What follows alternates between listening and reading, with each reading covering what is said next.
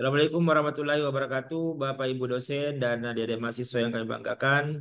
Kita sudah masuk pada pekan kedua perkuliahan.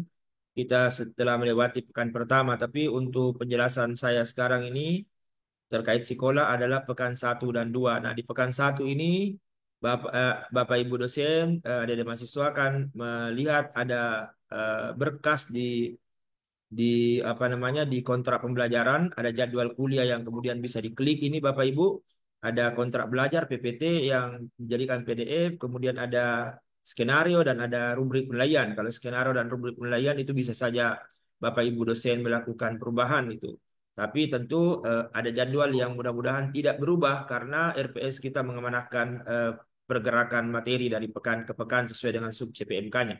Ada video yang kemudian silakan dilihat, disimak, dan kemudian Bapak Ibu dosen di kelas semester bisa menambahkan video sesuai dengan apa yang dianggap baik untuk membantu mahasiswa memahami sub CPMK. Nah, di sini ada forum, ya silakan diisi, tapi jangan mengklik tambah topik.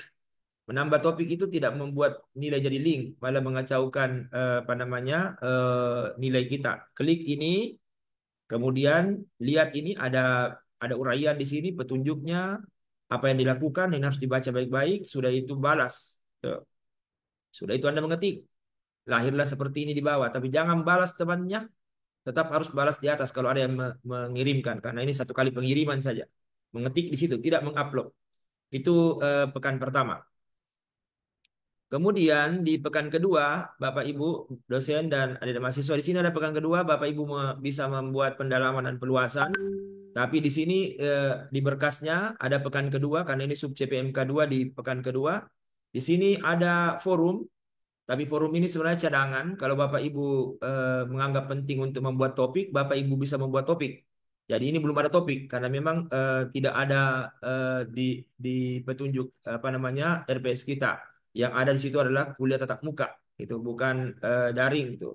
Sehingga biasanya topik itu diberikan kalau daring. Nah, kalau Bapak Ibu mau menambah topik bisa nambah di sini apa namanya apa subjeknya lalu kemudian apa pesannya itu harus diisi baru diklik forum.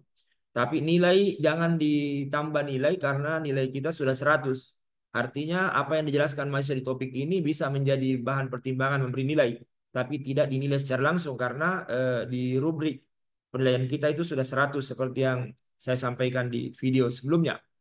Nah, apa yang harus dilakukan mahasiswa? Ada di mahasiswa bisa lihat ini untuk pekan kedua. Di pekan kedua klik baca baik-baik petunjuknya. Kemudian di sini ada video, silakan dilihat videonya. Kemudian di sini ada PDF, di PDF ini ada petunjuk, silakan dibaca petunjuknya. Apa namanya? Ada topik-topik tertentu. Ya, Bapak Ibu dosen bisa memberi petunjuk apa namanya yang berbeda, silakan. Tapi kalau mau mengikuti RPS yang diterjemahkan oleh sekolah, maka akan seperti ini. Di sini ada petunjuk, tidak ada label dosen tertentu karena ini tim.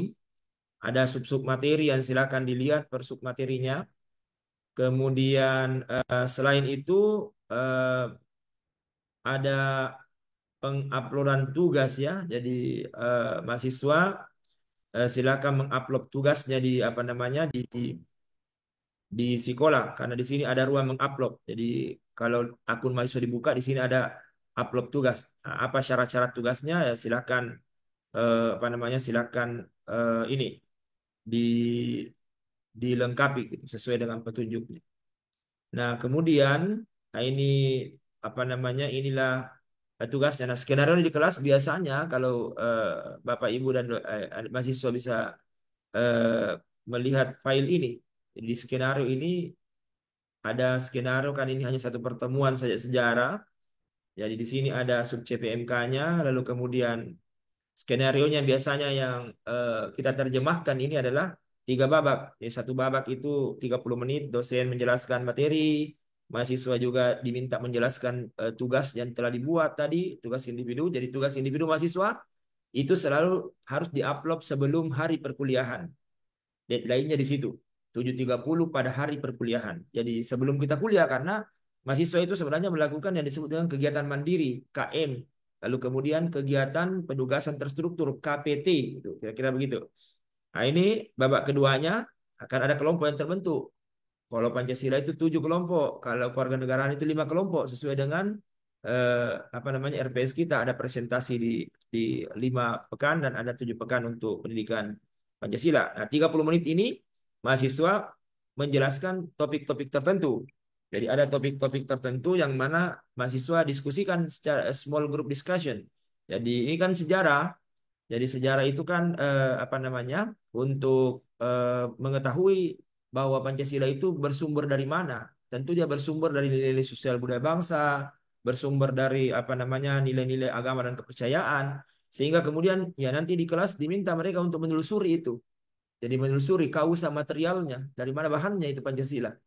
Misalnya ditemukanlah bahwa sila keempat itu ada di Sulsel, Tudan Sipulung misalnya.